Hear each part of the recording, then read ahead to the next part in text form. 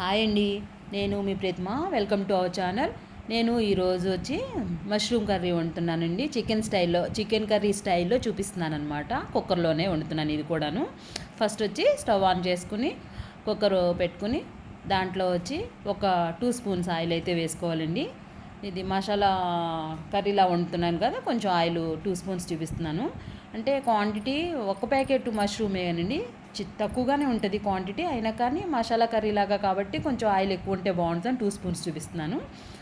అందులో ఈ కొద్దిగా జాపత్రి చిన్న ముక్క తీసుకుని నలిపి ఇట్లా వేసుకోవాలండి. చాలా చిన్నది రేఖ, ఒక రేఖ అనమాట. ఎక్కువ వేసుకుంటే వేడి చేస్తుంది, కానీ ఫ్లేవర్ బాగుంటుందని వాడతానమాట. ఒక పావు స్పూన్ వచ్చి షాజీరా వేసుకోవాలండి. నూనెలో ఈ రెండు వేసేసుకోవాలన్నమాట. అలాగా జాపత్రి షాజీరా వేసుకుని కొంచెం నూనెలో ఒక నిమిషం వేపిన తర్వాత పచ్చిమిరపకాయలు, ఒక ఉల్లిపాయ మాత్రం ఒక మీడియం సైజు ఉల్లిపాయ తీసుకోవాలండి. అది చిన్న ముక్కలు కట్ చేసుకోవాలి. 2 పచ్చిమిర్చి వచ్చి చీలికలా కట్ చేసుకోవాలన్నమాట. అవి షాజీరా, జాపత్రి, ఉల్లిపాయ ముక్కలు, పచ్చిమిర్చి ఈ 2 స్పూన్ల ఆయిల్లో అలా మీడియం ఫ్లేమ్లో వేయించుకుంటూ ఉండాలండి. అవి వేగుతూ ఉండగానే అయితే ఇప్పుడు మష్రూమ్ ఎలా కట్ చేసుకుంటాం కదా మనం, అవి కట్ చేసిన తర్వాత మా నీళ్ళల్లో వేసి కడిగితే మామూలు నీళ్ళలో కడిగితే మట్టి సొంతంగా అచ్చంగా రాదండి. అందుకని కొంచెం వేరే నీళ్లు పెట్టుకుని ఆ మష్రూమ్ ముక్కలను అందులో వేసేసి ఒక పొంగు అయితే రానిచ్చుకుంటే ఆ మట్టి అంతా నీళ్ళల్లో అడుక్కు వెళ్ళిపోద్ది అనమాట. అయిపోయిన తర్వాత నీట్గా పైకి తేలుతాయి. వేరే మళ్ళీ నీళ్ళలో వేసి కడిగేసుకుని మనం యూస్ చేసుకుంటే చాలా క్లీన్గా ఉంటాయన్నమాట. ఇది వచ్చి మష్రూమ్స్ కడుక్కుంటే మాత్రం ఇట్లా మట్టి లేకుండా చేయాలంటే ఇట్లా వేడి నీళ్ళలో పొంగు రానిచ్చుకోవాలి. అదే చెప్తున్నాను మీకు. అయితే ఇప్పుడు చూడండి, ఉల్లిపాయలు వేగిపోయిన తర్వాత ఇప్పుడు మనం శుభ్రంగా క్లీన్ చేసుకున్న, మట్టి లేకుండా క్లీన్ చేసుకున్న మష్రూమ్స్ని ఇవి బ్రౌన్ కలర్ వచ్చిన ఉల్లిపాయలులో వేసేసుకోవాలన్నమాట అండి. అయితే ఇప్పుడు ఆ మష్రూమ్స్ కడిగిన తర్వాత అలా నీళ్ళల్లో అలాగా వేడి నీళ్ళలో కడిగి ఇచ్చేసుకున్నాయి అట్లా క్లీన్గా ఉంటాయన్నమాట అండి. మామూలుగా లేకపోతే నల్లగా లేకుండా చక్కగా నీట్గా తెల్లగా అట్లా వస్తాయన్నమాట. మట్టి అంతా పోయి చాలా క్లీన్గా ఉంటాయి. అట్లా చేసుకున్న తర్వాత వీటిలన్నిటిని కలిపి ఆ నూనెలో మళ్ళీ మష్రూమ్ కూడా వేసిన తర్వాత ఉల్లిపాయలతో పాటు మగ్గిన వాటిని మళ్ళీ ఒక 2 నిమిషాలు ఇలా మగ్గించుకోవాలండి.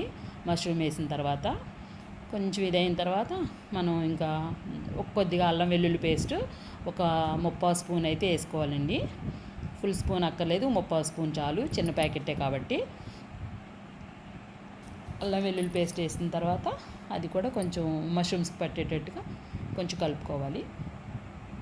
అయిన తర్వాత కొద్దిగా కూరలన్నిటిలో వేసినట్టుగానే కొంచెం దీనికి కూడా కొద్దిగా పసుపు వేసుకోవాలండి. ఫస్ట్ వచ్చి పసుపు వేసిన తర్వాత మష్రూమ్స్ కూడా ఉప్పు ఎక్కువ పట్టదండి అసలు, అందుకని చాలా చూసి జాగ్రత్తగా వేసుకోవాలన్నమాట మష్రూమ్కి. లేకపోతే మష్రూమ్కి పట్టేస్తే బాగోదన్నమాట, కసిలా ఉప్పు బాగా ఎక్కువైపోయినట్టు అనిపిస్తుంది. అందుకని అల్లం వెల్లుల్లి పేస్ట్ వేసుకున్న తర్వాత కొంచెం పసుపు వేసుకున్న తర్వాత ఇప్పుడు వచ్చి సాల్ట్ వచ్చి అది కూడా అలాగే నేను ఎప్పుడు చూపిస్తాను కదా మీకు, ఒక స్పూను, ఆ స్పూన్ టీ స్పూన్లా చూపిస్తాను కదండి, దాంట్లో 3/4 వేసుకోవాలన్నమాట సాల్ట్. చిన్న ప్యాకెట్టే కాబట్టి అంత సరిపోద్ది. అయిన తర్వాత అదే స్పూన్ తోటి కొంచెం వెల్తిగా కారం, 2 పచ్చిమిర్చి వేసాను కదండి ఆల్రెడీ, అలాగే ఆ స్పూన్ తోటే కొద్దిగా చాలా కొంచెం వెల్తిగా స్పూన్లో తీసేసుకుని 3/4 కంటే కొంచెం ఎక్కువ వేసుకోవాలన్నమాట. ఒక స్పూన్ అనుకోండి, కొంచెం తగ్గించుకుని 2 పచ్చిమిర్చి వేసాను కాబట్టి కారం వేసుకోవటమే. వేసేసి మొత్తం ఇవన్నీ బాగా కారం అలా వేసేసుకుని మొత్తం అన్నీ బాగా అయ్యేటట్టు కలిగి తిప్పుకోవటమే.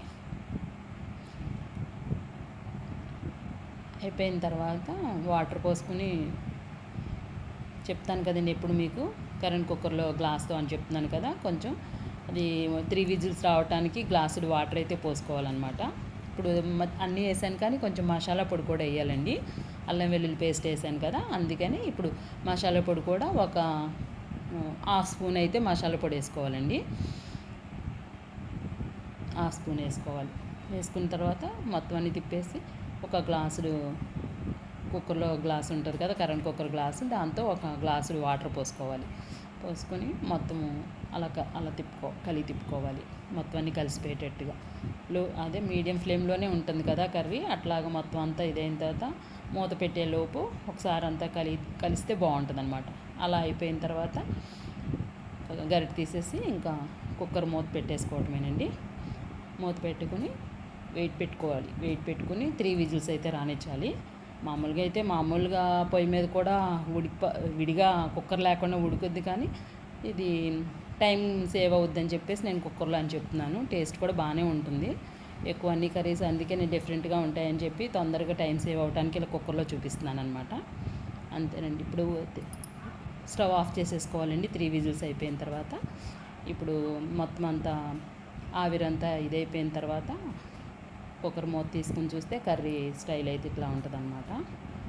అయితే మామూలుగా అయితే ఇలా దాంట్లో కొత్తిమీర గార్నిష్ చేసేసుకుని తీసేసుకోవచ్చండి. అయితే కొంచెం సూప్గా ఉండేవాళ్ళు అయితే ఇలా తీసుకోవచ్చు. కొంచెం దగ్గరగా వస్తే బాగుంటుందని నేను ఇంకాసేపు ఉంచాను. అంతేనండి. చాలా tasty and easy mushroom curry chicken style అనమాట. ఎలా వచ్చిందో కామెంట్ బాక్స్లో చెప్పండి. మీరు కూడా ప్రిపేర్ చేసి ఈ కర్రీ బాగుంటే ఎలా ఉందో కామెంట్ బాక్స్లో మాత్రం తప్పకుండా చెప్పండి. మర్చిపోకుండా లైక్ చేయండి, షేర్ చేయండి. ఈ వీడియో నచ్చినట్టయితే సబ్స్క్రైబ్ చేయటం మాత్రం మర్చిపోకండి. అదే అంతా ఇలా కొత్తిమీర వేసేసిన తర్వాత అది సర్వింగ్ బౌల్లో తీసేసుకోవటమేనండి. Thank you for watching my